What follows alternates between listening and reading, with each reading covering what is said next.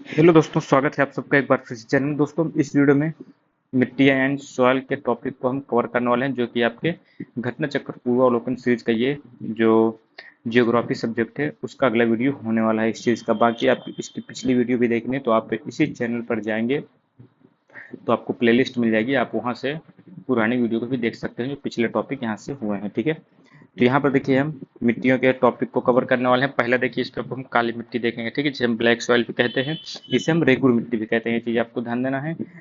ये देखिए कपास के लिए काफ़ी महत्वपूर्ण होती है। इसे देखिए अलग अलग नामों से जाना जाता है। कपास की मिट्टी भी कहते हैं, ट्रॉपिकल ब्लैक अर्थ कहते हैं, ट्रॉपिकल चेरनोजियम भी इसे कहते हैं, किसे काली मिट्टी को। ये चीज़ आपको ध्यान देना है। भारत में रेगुर मिट्टी का जो निर्माण होता है ये कैसे होता है, तो ये ध्यान देना है, बेसाल्ट लावा के अपक्षय यानी अपरदन से होता है। ठीक है, जब उसका बेसाल्ट लावा का अपक्षय हो जाता है यानी वो अपर्दन उसका हो जाता है। ये मिट्टी देखिए कहाँ पाई जाती है, तो ये देखिए दक्कन ट्रैप के ऊपरी भागों में पाई जाती है। कहाँ कहाँ? महाराष्ट्र, मध्य प्रदेश, गुजरात, तेलंगाना, आंध्र प्रदेश, कर्नाटक में पाई जाती है। ठीक है, यहाँ पर देखिए काली मिट्टी भारत के विभिन्न राज्यों में लगभग 5.46 लाख वर्ग किलोमीटर तक लगभग है। ठीक है, यहाँ देखिए, और ये काली मिट्टी भारत में लगभग कितने प्रतिशत भाग पर है, तो 16.6% भाग पर है। ये चीज भी आपको ध्यान देना है। ये आप देख सकते हैं, काली मिट्टी कपास की खेती के लिए बहुत ही उपयुक्त होती है। इसमें देखिए लोहा पाया जाता है, चूना, calcium, potash, aluminium, magnesium carbonate की काफी ज्यादा अधिकता पाई जाती है। लेकिन इसमें देखिए नाइट्रोजन, फास्फोरस और ह्यूमस, जिसे हम जैविक पदार्थ कहते हैं, इसकी कमी होती है। ये चीज आपको ध्यान देना है। नाइट्रोजन, फास्फोरस और ह्यूमस की इसमें कमी पाई जाती है। किसमें? काली मिट्टी में। ये आपसे कई बार क्वेश्चन पूछ लेता, तो आपको ये चीज ध्यान देना है कि किस मिट्टी में किसकी अधिकता होती है, किसकी कमी होती है। ठीक है, इस मिट्टी का काला रंग किसके कारण होता है, तो ये आप देख सकते हैं, टिटनीफेरस मैग्नेटाइट एवं जो जीवांश होते हैं यानी ह्यूमस जो होते हैं, इनकी उपस्थिति के कारण इसका रंग काला होता है। ये चीज भी आपको ध्यान देना है।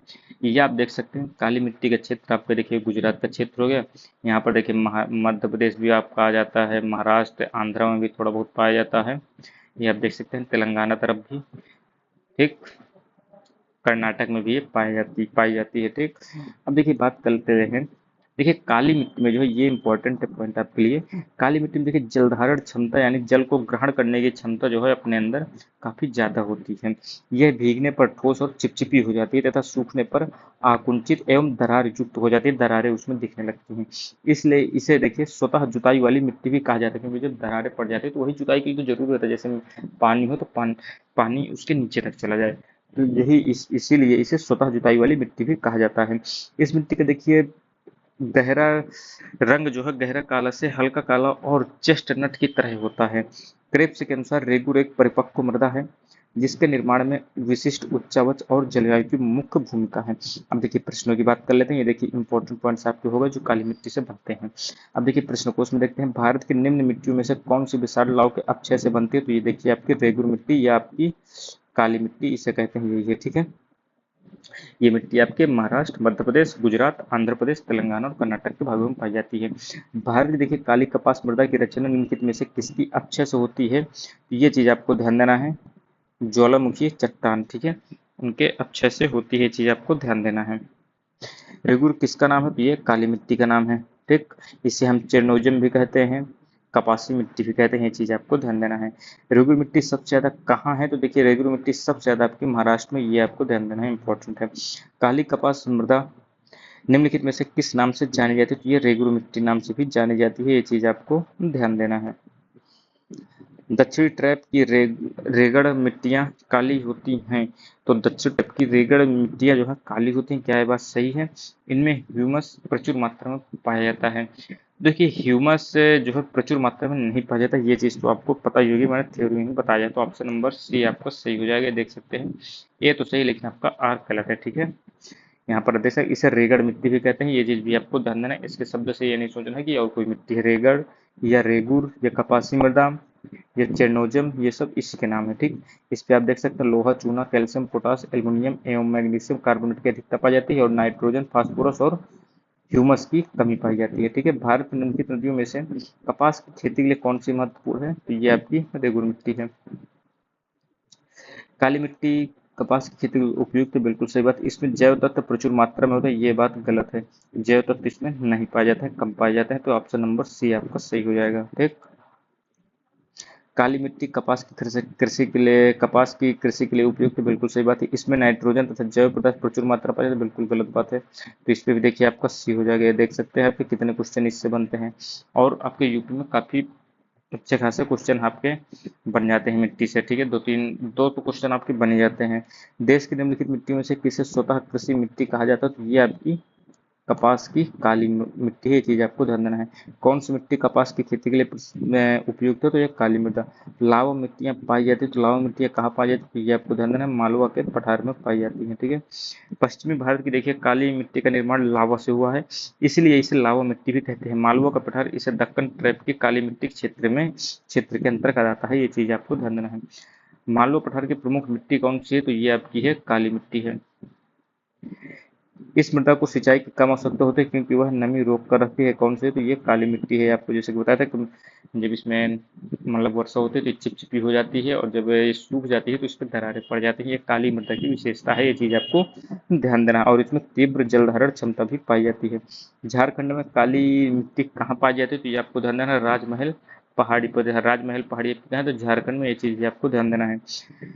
जो आपकी देखिए राष्ट्रीय आपदा प्रबंधन संस्थान की रिपोर्ट के अनुसार झारखंड में जो काली मिट्टी है ये राजमहल क्षेत्र में पाई जाती है। देखिए इन्हें आप छोड़ भी सकते हैं, क्योंकि राजस्थान ये झारखंड पीसीएस में आता है, तो आप ऐसे क्वेश्चन को छोड़ भी सकते हैं। लेकिन ये ध्यान देना है कि राजमहल की पहाड़ी किस राज्य में पाई जाती है? तो ये आपका झारखंड है, ये चीज आपको ध्यान देना है।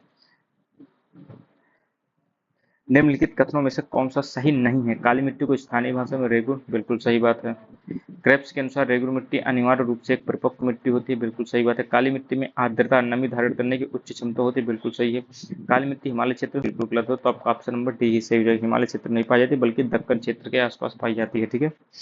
अब देखिए दूसरी आपकी मिट्टी है जो आपके इंपॉर्टेंट, ये है लेटराइट मिट्टी, ठीक।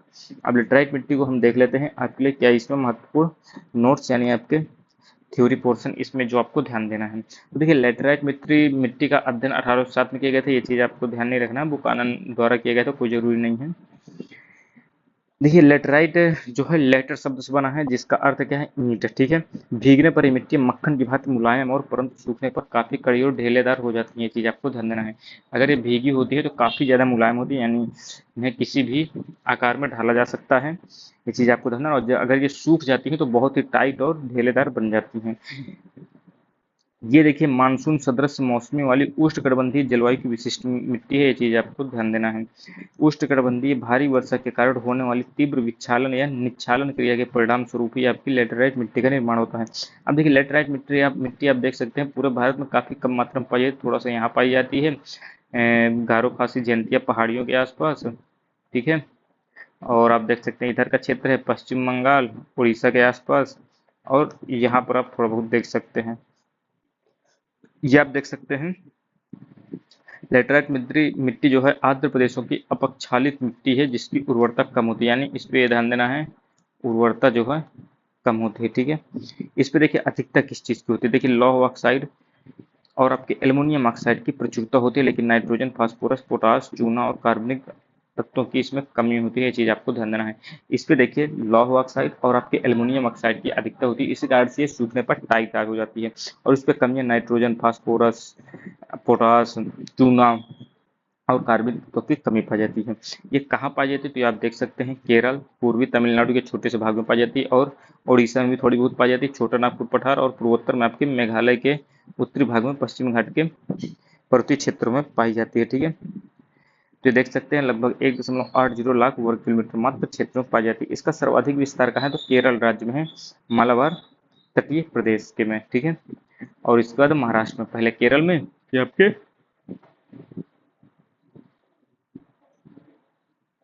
महाराष्ट्र में ये मिट्टी पाई जाती है, ठीक। अब देखिए लेटराइट मिट्टी के रासायनिक संगठन और ऊंचाई में सामान्य संबंध है, ये चीज आपको ध्यान देना है।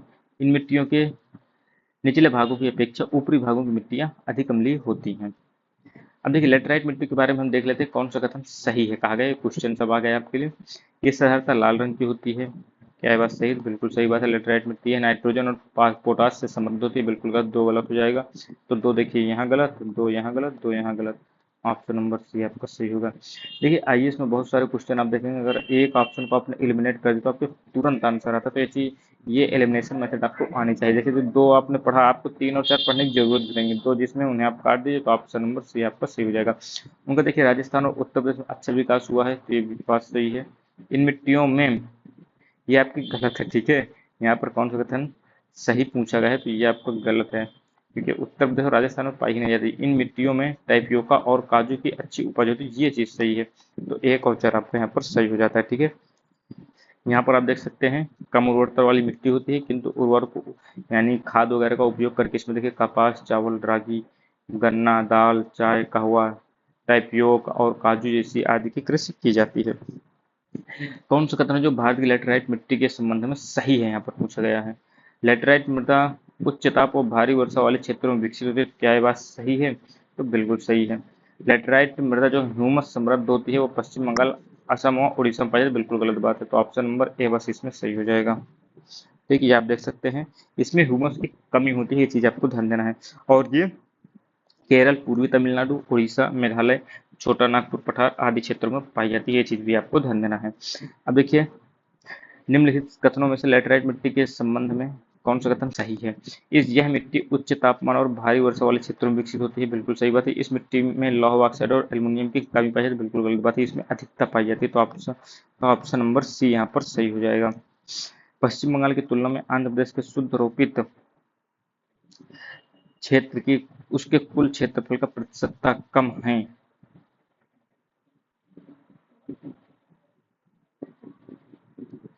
क्या दोस्तों ये बात सही? तो आप देखिए ये क्वेश्चन देख के आप समझ सकते हैं, यहाँ पर रोपित क्षेत्र की बात की जाए जहाँ कृषि की जाती है, तो देखिए रोपित क्षेत्र में तो लाजमी सी बात है पश्चिम बंगाल में ज्यादा रोपित क्षेत्र आपको पाया जाता है, क्योंकि यहाँ पर देखिए आप चावल हो गया, ये आपका गेहूं अच्छा खासा होता है, ठीक है। तो ये ऑप्शन आपका सही हो जाएगा। अधिकांश आंध्र प्रदेश की मृदा जो है कैसी है, तो ये लेटेराइट प्रकार की है। तो क्या ये बात सही है? तो बिल्कुल गलत बात है ये। तो ऑप्शन नंबर आपका सी यहाँ पर सही हो जाएगा। ए तो सही, लेकिन आपका आर यहाँ पर गलत है, ये चीज आपको ध्यान देना है। अब आगे हम देख सकते हैं, देखिए बंगाल का जो है रोपित क्षेत्र आप देख सकते हैं 60% है, जबकि आंध्र प्रदेश का रोपित क्षेत्र आपका 40% है मात्र। ये चीज आपको ध्यान देना है। ठीक, लेटराइट मिट्टी आप देख सकते हैं भारी वर्षा वाले क्षेत्रों में अपक्षालन से यानी लीचिंग से निर्मित होती है। और ये आप देख सकते हैं आंध्र प्रदेश के, अब देखिए आंध्र प्रदेश के अधिकांश भाग पर कौन सी मिट्टी पाई जाती है, तो ये चीज आपको ध्यान देना है। लेटराइट मिट्टी नहीं बल्कि आपकी लाल और जलोढ़ मृदा यहाँ पर पाई जाती है, ठीक है। लेटराइट मिट्टी मिलती है कहाँ मिलती है, तो ये आपको ध्यान देना है, महाराष्ट्र के आसपास थोड़े बहुत क्षेत्र में पाई जाती है। लेटराइट मिट्टियों का प्राधान्य क्या है, तो ये आपको ध्यान देना है, मालाबार तटीय क्षेत्र यहाँ पर सही हो जाएगा। निम्नलिखित कथनों में से कौन लेटराइट मिट्टियों के लिए सही नहीं है? सही नहीं है पूछा गया। वे आर्द्र अपेक्षालित प्रदेश की मिट्टियां, सही बात है। वे बहुत ही अपक्षालित मिट्टियां, बिल्कुल सही बात है। इनकी उर्वरता का बिल्कुल सही। इनमें चूना पत्थर, चूना जो है प्रचुर मात्रा पाया जाता है, बिल्कुल गलत है। इसमें चूना प्रचुर मात्रा में नहीं पाया जाता, बल्कि नाइट्रोजन, फास्फोरस, पोटास ये सब काफी कम मात्रा में पाए जाते हैं। इनमें देखिए एल्युमिनियम ऑक्साइड और आपके लौह ऑक्साइड बस मात्रा में अधिक पाए जाते हैं, ये चीज आपको ध्यान देना है। भारत में निम्नलिखित में से कौन सी मृदा प्ररूप लोहे का अतिरेक होने का अनुर्वर हो जाता है, तो ये आपको ध्यान देना है, लेटराइट मृदा है। अब देखिए दोमट या आपकी जलोढ़ मृदा मोस्ट इंपॉर्टेंट है ये, ठीक है। ये चीज आपको ध्यान देना, यूपी स्पेशल के अनुसार इंपॉर्टेंट है ये। अब देखिए मैं बात कर लेते हैं नदियों द्वारा लाई जाने वाली मिट्टी को हम क्या कहते हैं, तो जलोढ़ मृदा कहते हैं। ये चीज आपको ध्यान देना, जो हिमालय जैसे नदियां आती हैं वो अपने साथ कौन सी मिट्टी लाती है, तो जलोढ़ मृदा लाती हैं। इसलिए देख सकते हैं हम जलोढ़ मृदा जो है तो देश के लगभग 33.5% भाग पर यही है, और इसका क्षेत्र आप देख सकते हैं 11 लाख वर्ग किलोमीटर है। यह मिट्टी पंजाब से असम तक आप देख सकते हैं, नर्मदा पंजाब से असम तक फैली हुई है, और साथ में देख सकते हैं नर्मदा, तापी, महानदी, गोदावरी, कृष्णा, कावेरी घाटियों तक भी फैली हुई है। इनका निर्माण कैसे होता है, तो हिमालय तथा प्रायद्वीपीय से प्राप्त मालवा तथा अपसारी सागर द्वारा छोड़े गए गाद द्वारा इसका जलोढ़ मृदा का निर्माण होता है। देखिए दोमट मिट्टी जो है आपका, इसमें पोटास, फास्फोरिक एसिड, चूना और जैव पदार्थों की प्रवृत्ति पाई जाती है, लेकिन नाइट्रोजन और ह्यूमस की कमी होती है। फलीदार फसलों की घटना फलीदार फसलों की खेती में इनकी तेजी से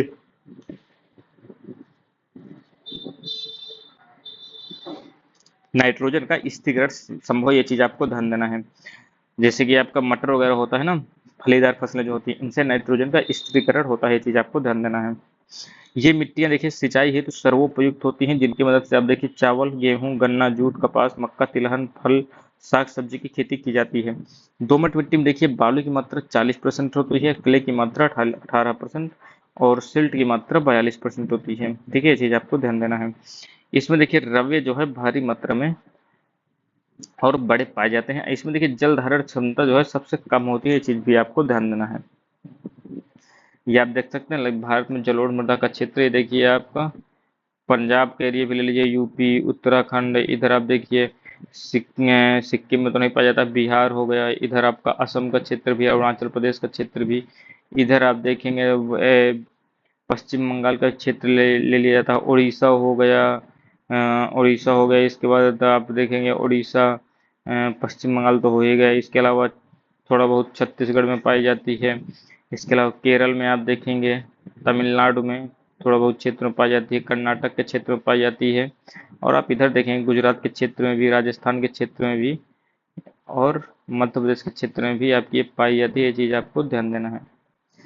अब देखिए जलोढ़ मृदा आपकी दो प्रकार की है, कौन सी? एक तो खादर है, जो आपकी खादर मृदा जो है नवीन जलोढ़ इसे कहते हैं, और बांगर को हम प्राचीन जलोढ़ कहते हैं। नाम को ही थोड़ा सा आप स्पष्ट है, जैसे आपका खादर यानी नई खादर, आप बांगर नाम से लग रहा है बांगर आदमी, यानी बांगर जो भी आप समझना चाहते हैं, बांगर आपकी प्राचीन जलोढ़ मृदा है। फील करेंगे आपको समझ में आए, खादर नई मृदा है, बांगर आपकी प्राचीन मृदा है। इन मिट्टियों का विस्तार नदी के बाढ़ के मैदानी क्षेत्रों में पाया जाता है, जहां प्रतिवर्ष बाढ़ के दौरान मिट्टी की नवीन परत का जमाव होता रहता है।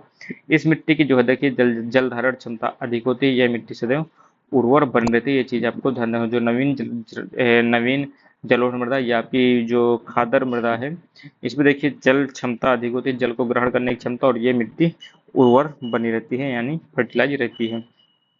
देखिए बांगर की बात करें तो ये कुछ ऊंचाई पर पाई जाती है। इस मिट्टी का रंग जो है देखिए पीला रक्ताभ भूरा, यानी पीला रक्ताभ भूरा रहता है लगभग। इसमें देखिए चूनेदार कंकड़ के पिंड अधिक पाए जाते हैं। बांगर मिट्टी में लवड़ी और क्षारीय प्रस्फुटन के कारण रेत का जमाव मिलता है। यह मिट्टी जो है कि कम उर्वर होती है और नियमित इसमें देखिए उर्वरकों की यानी फर्टिलाइजर्स की आवश्यकता पड़ती है। अब देखिए तीसरी है भाभर। ठीक, पहली खादर, फिर बांगर, फिर आपकी भाभर। भाभर क्षेत्र की बात करें, देखिए शिवालिक जो है, शिवालिक के क्षेत्र में जलोढ़ पंख पाए जाते हैं। ठीक है, जिसमें मिट्टी स्थूल और गुटिका युक्त होती है, इसे भाबर कहा जाता है। भाबर में देखिए कंकड़ के आकार के आपकी जो आते हैं, कंकड़ चल के आ जाते हैं, उन्हें ही हम भाबर कहते हैं। ये चीज आपको ध्यान देना है। याद देख सकते हैं आप।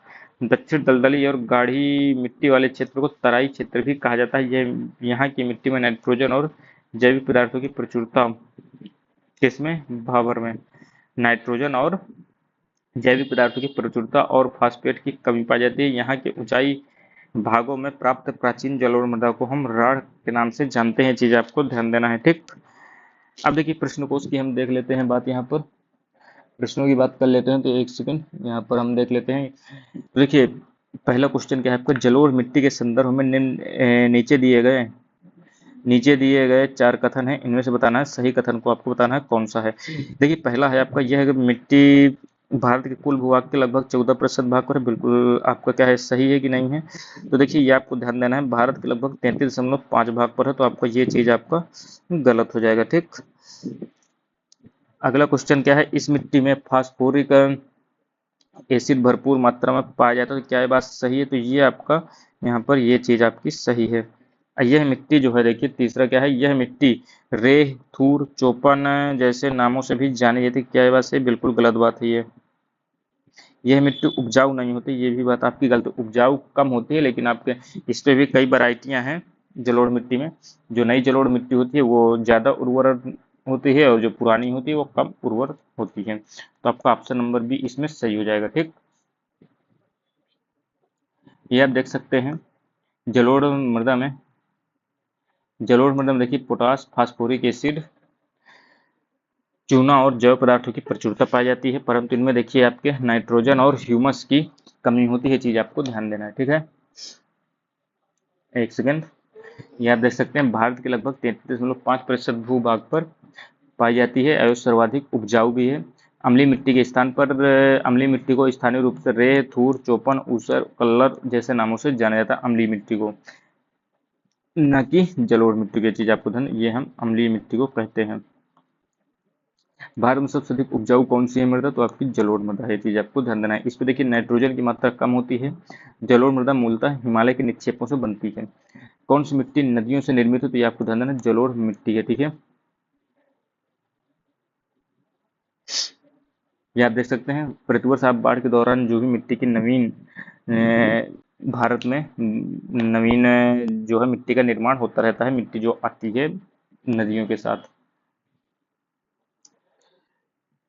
जलोढ़ मिट्टी के संदर्भ में निम्नलिखित में से कौन सा कथन सही है। इसमें रेत की मात्रा पश्चिम से पूर्व की ओर घटती जाती है, तो ये बिल्कुल सही बात है। देखिए क्योंकि मिट्टी के जैसे ही आप देखेंगे पहले धार तेज होती है, जब आती है फिर धीरे धीरे धीमी होती चली जाती है, तो उसी अनुसार से धार जैसे ही कम होती जाएगी तो वो अपने साथ मलबा भी कम लाती जाएगी। यह बांगर और खादर स्वरूप होते हैं, बिल्कुल सही है। यह मृदा देश के कुल क्षेत्रफल का 40% है, तो आपका ये भी लगभग सही है। यहाँ पर 33 लेकिन फिर भी आप इसे सही मान सकते हैं, ठीक है। इस मिट्टी में पोटास की मात्रा अधिक एवं फास्फोरस की मात्रा कम होती है, तो ये भी बात आपकी सही है। तो ऑप्शन नंबर डी आपका यहाँ पर सही हो जाएगा, ठीक है। निम्नलिखित में से कौन सी मिट्टी है जो नदियों द्वारा निर्मित होती है, तो जलोढ़ मिट्टी है।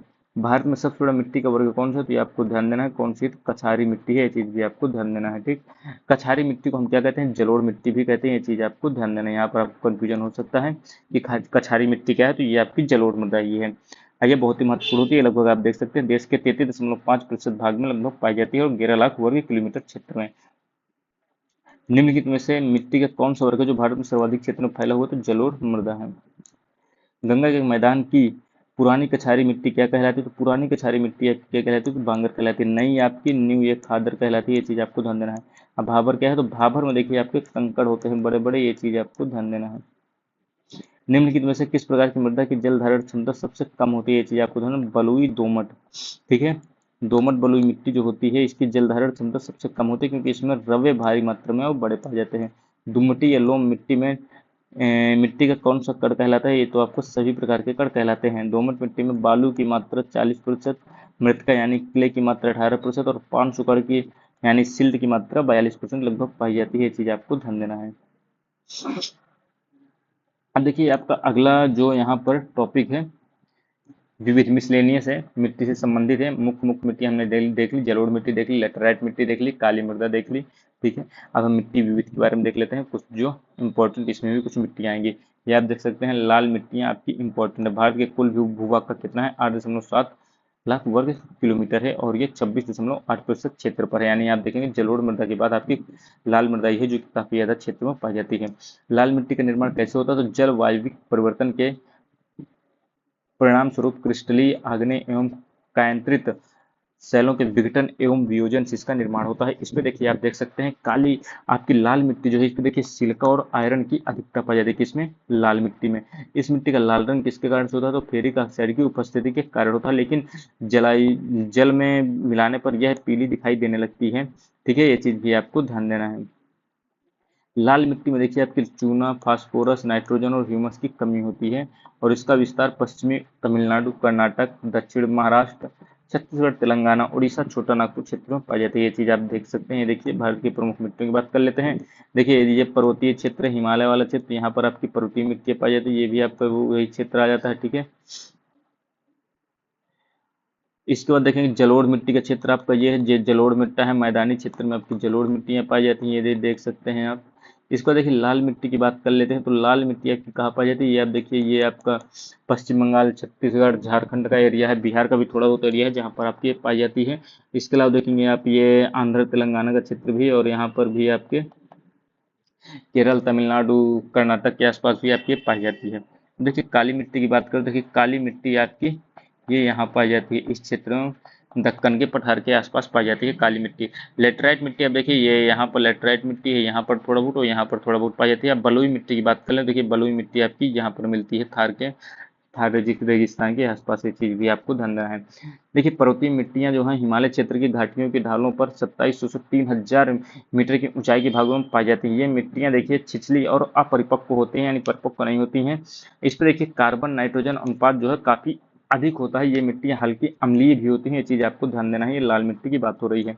मरुस्थलीय मिट्टियों का देखिए विकास जो है ये तो पर्वतीय मिट्टियों की बात हुई। पर्वतीय मिट्टियां हैं जो कि अम्लीय होती हैं, ना कि लाल मिट्टी। ये चीज आपको ध्यान देना है। अब देखिए मरुस्थलीय मिट्टी की बात करें तो मरुस्थलीय मिट्टी का विकास आप देख सकते हैं शुष्क एवं अर्ध शुष्क जलवायु में होता है। ये राजस्थान, सौराष्ट्र, गुजरात और कच्छ के क्षेत्र में और दक्षिण पंजाब के क्षेत्र में पाई जाती है।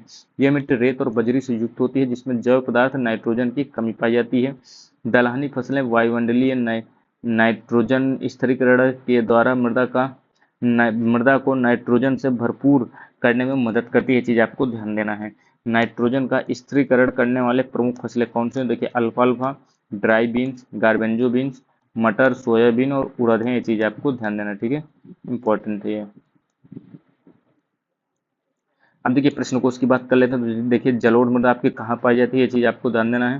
तो जलोढ़ मृदा आपके उत्तर प्रदेश में ए कट्टू लगाएं। देखिए एक ही ऑप्शन है तो इसे बी का थर्ड हो जाएगा। काली मृदा आपके महाराष्ट्र में। लाल मिट्टी आपकी कहाँ पाई जाती है? तो लाल मिट्टी आंध्र में। मरुस्थलीय मिट्टी आपके राजस्थान में। ये देख सकते हैं आर ओ 2021 में पूछा गया था क्वेश्चन। पश्चिमी राजस्थान की मिट्टी में किसकी मात्रा अधिक होती है? तो पश्चिमी राजस्थान की मिट्टी में कैल्शियम की मात्रा है जो कि अधिक होती है। निम्नलिखित में से कौन सी फसल है जो मृदा को नाइट्रोजन से भरपूर कर देती है? तो नाइट्रोजन से आपकी भरपूर करने वाली है मटर। ये चीज आपको ध्यान देना है, ठीक है। एक सेकंड, यहाँ पर आपका सही आंसर क्या हो जाएगा? मटर हो जाएगा। दलहनी फसलें हैं जो कि वायुमंडलीय नाइट्रोजन स्थिरीकरण के लिए बहुत ही महत्वपूर्ण होती हैं। और आप देखेंगे इस पे अल्फाल्फा, ड्राई बीन्स, गार्बेंजो बीन्स, मटर, सोयाबीन और उड़द की दालें हैं जो कि आपके इसमें आती हैं। ये चीज भी आपको ध्यान देना है। इसके बाद देखिए भूमि की उर्वरता बढ़ाने के लिए निम्नलिखित में से कौन सी फसल उगाई जाती है? तो भूमि की उर्वरता बढ़ाने के लिए कौन सी फसल उगाई जाती है? तो ये आपको ध्यान देना है, उड़द की दाल है जो कि उगाई जाती है। भारत के कुछ भागों में यात्रा करते हुए आप देखेंगे कि कहीं कहीं लाल मिट्टी पाई जाती है। मिट्टी के इस रंग का प्रमुख कारण क्या है? तो ये आपको ध्यान देना है, मिट्टी के रंग का प्रमुख कारण आपकी फेरिक ऑक्साइड की विद्यमानता है। ये चीज भी आपको ध्यान देना है। भारतीय मृदाओं में जिस सूक्ष्म तत्व की सर्वाधिक कमी है वह है, सूक्ष्म तत्व की सर्वाधिक कमी किसमें है? तो ये आपको ध्यान देना है, जस्ता की कमी है। ये चीज आपको ध्यान देना है भारतीय मृदाओं में। अब देखिए यहाँ पर देखिए हिमालय की मिट्टियों में ह्यूमस प्रचुर मात्रा में पाया जाता है। क्या ये बात सही है? तो आपका देखिए ये चीज ह्यूमस ह्यूमस जो है प्रचुर मात्रा में पाया जाता है, तो बिल्कुल गलत बात, ह्यूमस नहीं पाया जाता। हिमालय में सर्वाधिक क्षेत्र वनाच्छादित है, तो ये आपका सही है। ए गलत है, आर सही है। इसको देखिए करेवास मृत्तिका जो जाफरान केसर का एक स्थानीय प्रकार के उत्पादन के लिए उपयोगी है, तो ये कहाँ पाई जाती है? ये आपको ध्यान देना, कश्मीर हिमालय में, ठीक है। जाफरान जिसे हम केसर की खेती भी कहते हैं, ये कश्मीर घाटी में प्रसिद्ध है, जो करेवा यानी करेवा मिट्टी में उपजाई जाती है। ये चीज आपको ध्यान देना, मोस्ट इंपॉर्टेंट है। यह ताजे जल द्वारा जमा की हुई मिट्टी है, ठीक है। करेवा किस प्रकार की खेती के लिए महत्वपूर्ण? ये आपको ध्यान देना है, केसर की खेती के लिए महत्वपूर्ण है, ठीक है। करेवा जो है देखिए ये करेवा हिमनद चिकनी मिट्टी और दूसरे पदार्थों का हिमोड़ पर मोटी परत के रूप में जमा होता है। करेवा जाफरान जिसे हम केसर की खेती के लिए प्रसिद्ध होता है ये, ठीक। पौधों को सबसे अधिक पानी किस मिट्टी में मिलता है? पौधों को सबसे अधिक पानी आपकी चिकनी मिट्टी में मिलता है। चिकनी मिट्टी में जल धारण क्षमता सबसे अधिक होती है, इसलिए पौधों को सबसे अधिक पानी इसी मिट्टी में मिलता है। चिकनी मिट्टी में 50% से कम गाद, 50% तक मृत्तिका व बालू की कुछ मात्रा पाई जाती है। निम्नलिखित में से किस कण का व्यास 0.002 मिलीमीटर से कम होता है? तो ये आपको ध्यान देना, मृत्तिका है। ये आप देख सकते हैं, इंपॉर्टेंट, इसे ध्यान दीजिएगा। मृत्तिका का व्यास आप देख सकते हैं कितना है, 0.002 से कम होता है। अगाध का व्यास ये देखिए 0.22 से 0.05 के बीच में होता है गाद का। और महीन बालू रेत का व्यास कितना होता है? तो 0.05 से 2 के मध्य होता है। मटासी मिट्टी के बारे में कौन सा कथन सही नहीं है? तो मटासी मिट्टी में आपको ध्यान देना है, कौन सा कथन सही नहीं है? मिट्टी कन्हार मिट्टी से कम उपजाऊ होती है, ये आपको देखिए सही है। इस मिट्टी में लोहे की मात्रा अधिक होती है, ये बिल्कुल सही है। इस मिट्टी में रेत की मात्रा अधिक होती है, ये भी सही, लेकिन ऑप्शन नंबर ए यहाँ पर गलत हो जाएगा, ठीक है। मटासी मिट्टी को हम लाल पीली मृदा भी कहते हैं, ठीक है। यह मिट्टी छत्तीसगढ़ के अधिकांश भागों में फैली। देखिए ऐसे क्वेश्चन आप छोड़ सकते हो, छत्तीसगढ़ स्पेशल है, ठीक है। ये उस राज्य के हैं, तो आप ऐसे क्वेश्चन को छोड़ भी सकते हैं। अब देखिए अम्लीय एवं क्षारीय मृदा की बात करते हैं। देखिए मिट्टी का पीएच मान जो है कम होना मिट्टी की अम्लीयता को, और पीएच मान का अधिक होना मिट्टी की क्षारीयता को बताता है। जैसे पीएच मान 0 पर होता है, यहाँ से आप इधर जाएंगे, ये 7 होता है, ठीक है। ये 7 में जो होता है तो ये हम न्यूट्रल कहते हैं, यानी उदासीन, ठीक है। यहाँ पर 7 होगा, तो 7 से आप इधर 14 की तरफ जाएंगे तो यहाँ पर देखिए क्षारीय होता चला जाएगा, और 7 से पीछे जाएंगे 0 तरफ तो ये अम्लीय होता चला जाएगा। ये चीज़ आपको ध्यान देना है। अधिक अम्लीय या अधिक क्षारीय मिट्टी सामान्य फसलों के लिए उपयुक्त नहीं होती है। सामान्य फसल देखिए उगाने के लिए आपकी मिट्टी का पीएच मान कितना होना चाहिए, तो उदासीन के आसपास होना चाहिए। थोड़ा बहुत अम्लीय, थोड़ा बहुत क्षारीय चलता है, 6 से 7 के बीच में आप देख सकते हैं। ठीक है। तेजाबी मृदाएं जो है ये औषधि प्रकृति की होती हैं। ठीक है। एसिडिक मृदाएं जो होती हैं औषधि प्रकार की होती हैं। ये मिट्टी लेटराइट, लोहमय लाल और अन्य लाल मृदा समूह की मृदाएं होती हैं।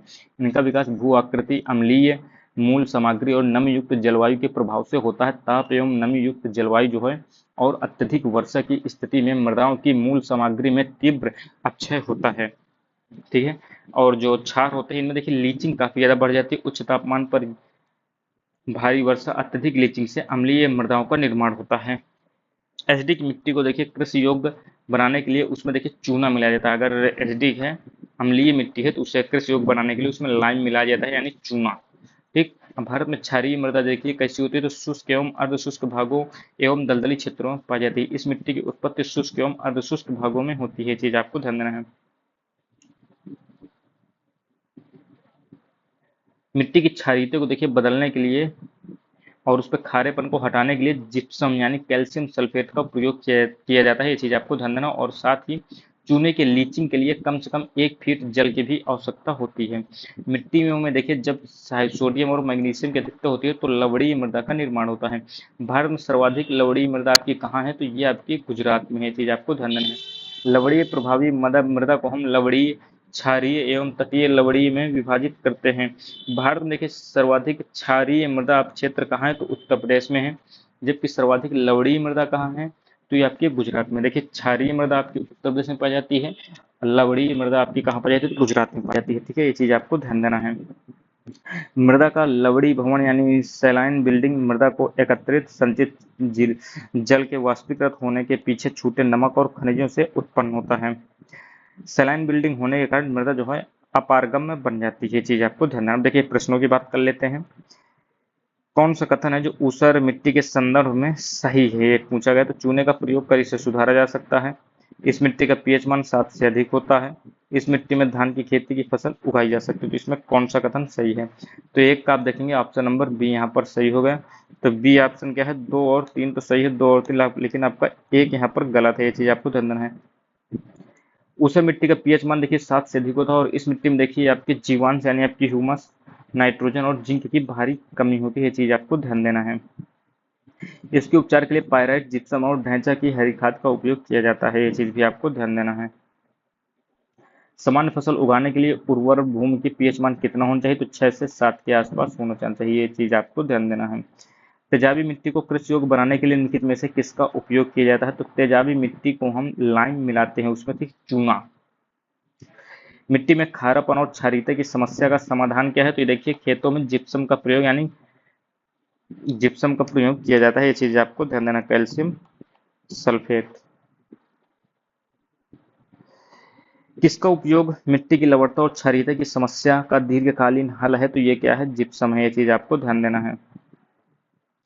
भारत में सर्वाधिक क्षारीय क्षेत्र कहाँ पर है, तो सर्वाधिक क्षारीय क्षेत्र की बात कर रहे हैं तो उत्तर प्रदेश में। और लवणीय क्षेत्र कहाँ है, तो ये आपके गुजरात में है।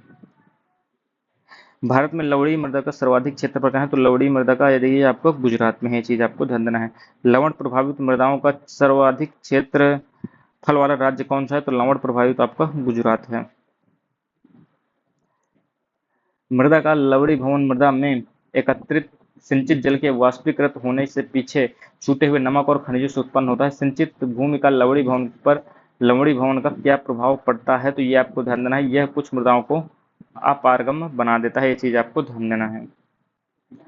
अब देखिए भारत में लवणी मिट्टी फसलों की खेती के लिए उपयुक्त नहीं है। क्या ये बात सही है, तो ये देखिए ये बात बिल्कुल सही है। लवणी मृदा में नमक की मात्रा अधिक होती है, जिसका मुख्य कारण शुष्क जलवायु, खराब जल निकासी। बिल्कुल सही बात है, और ये व्याख्या भी कर रहे हैं, तो ऑप्शन नंबर सी आपका यहाँ पर सही हो जाएगा। ठीक, ये आप देख सकते हैं 2023 का जो ROR का एग्जाम होता है उस पर पूछा गया था, हालांकि पेपर तो लीक हो गया था। अब पूछा गया निम्नलिखित में से कौन सी मिट्टी चाय बागानों के लिए उपयुक्त है, तो चाय बागानों के लिए उपयुक्त मिट्टी कौन सी है, तो अम्लीय मिट्टी है जो कि उपयुक्त है। ये चीज आपको ध्यान देना है। एक सेकंड। चाय बागानों के लिए आप देख सकते हैं गहरी अम्लीय और अच्छे जल निकासी वाली मिट्टी की आवश्यकता होती है। जल निकासी की पर्याप्त सुविधा के कारण ही इन बागानों को पर्वतीय ढलानों पर लगाया जाता है। अब देखिए मृदा अपरदन और सुधार की बात कर लेते हैं। ये आपका अगला टॉपिक है और शायद लास्ट टॉपिक है आपकी सॉइल का। ठीक है, देखिए प्राकृतिक अभिकर्ता जैसे जलवायु, पवन आदि से मिट्टी के ऊपरी आवरण में क्रमिक कटाव और स्थानांतरण को मृदा अपरदन हम कहते हैं। मृदा अपरदन के कई कारक होते हैं, जिसपे देखिए निर्वनीकरण, डिफॉरेस्टेशन, अत्यधिक जो है पशुचारण कराया जाता है, झूम कृषि यानी एक जगह कृषि की, उसके बाद उस क्षेत्र में आग लगा दी जाती है और आगे बढ़ जाया जाता है और अगली जमीन पर खेती की जाती है, इसे हम झूम कृषि कहते हैं। अवैज्ञानिक कृषि पद्धति यानी बिना सोचे समझे कृषि करना और अपरिवहन की अधिकता के कारण भी आपको तो जो है मृदा अपरदन के कारण है ये। ठीक है, प्राकृतिक अपवाह का अपवर्तन करना और अवरोध तथा अंधाधुंध खनन करना, ये सब चीजें प्रमुख कारण हैं। देखिए भारत में मृदा अपरदन से सर्वाधिक प्रभावित क्षेत्र कौन सा है? चंबल और यमुना नदियों के उत्खात भूमि क्षेत्र, जो आप बीहड़ देखते हैं, पश्चिमी हिमालय का गिरपदीय क्षेत्र, शिवालिक पहाड़ियों के पात क्षेत्र इसमें शामिल हैं। छोटा नागपुर पठार हो गया, ताप्ती से लेकर साबरमती घाटी तक का क्षेत्र जिसे हम मालवा का पठार भी कहते हैं। महाराष्ट्र का जो है काली मिट्टी का क्षेत्र होगा, हरियाणा, राजस्थान, गुजरात के शुष्क क्षेत्र हो गए, ये सब इसी से प्रभावित हैं। भारत में चंबल घाटी क्षेत्र में आप जो खो गड्ढे देखते हैं, ये आपका निर्माण अवनालिका अपरदन के कारण होता है। ठीक है, गली इरोजन। अवनालिका अपरदन आप देख सकते हैं सामान्यतः तीव्र ढालों पर होता है। वर्षा से गहरी हुई अवनालिकाएं कृषि भूमि को छोटे छोटे टुकड़ों पर खंडित कर देती हैं, जिससे वे कृषि के लिए अनुपयुक्त हो जाती हैं। देखिए उत्खात भूमि किसे कहते हैं? तो ये उस स्थलाकृति को कहते हैं जिसपे देखिए आप देख सकते हैं अवनालिकाएं अथवा बीहड़ जो है अधिक मात्रा में पाई जाती हैं। असफाल अपरदन जिसे हम स्प्लैश अपरदन कहते हैं, वर्षा की बूंदों से मिट्टी पर आघात होता है, जिससे मृदा कणों के पृथक्करण को हम असफाल या बौछार के नाम से जानते हैं। इसको देखिए परत अपरदन की बात करें, इस पे देखिए मिट्टी जल के साथ बहने लगती है। रिल अपरदन क्या है? तो जब मिट्टी में छोटी एवं कम गहरी नालियां बनती हैं। और अवनालिका अपरदन जो है क्या है? बड़ी व विस्तृत हो जाती हैं। ठीक है, और ये धारा चैनल अपरदन जिसे हम स्ट्रीम चैनल इरोजन कहते हैं, तो जब जो है जल एक मोटी धारा के रूप में प्रवाहित होने लगता है और चैनल को तब तक अपरदित करता है जब तक कि वह स्थिर ढाल प्राप्त नहीं कर लेता है, ये आपकी स्ट्रीम चैनल इरोजन कहलाता है। ठीक है, सोरघम यानी आपका ज्वार किसी अन्य फसल की तुलना में भूमि अपरदन के लिए अधिक उत्तरदायी होती है। ठीक है, ये चीज आपको ध्यान देना। अब देखिए भारत में निम्नलिखित, ये आपके क्वेश्चन आ गए यहाँ पर, भारत में निम्न में से किस क्षेत्र में मृदा अपरदन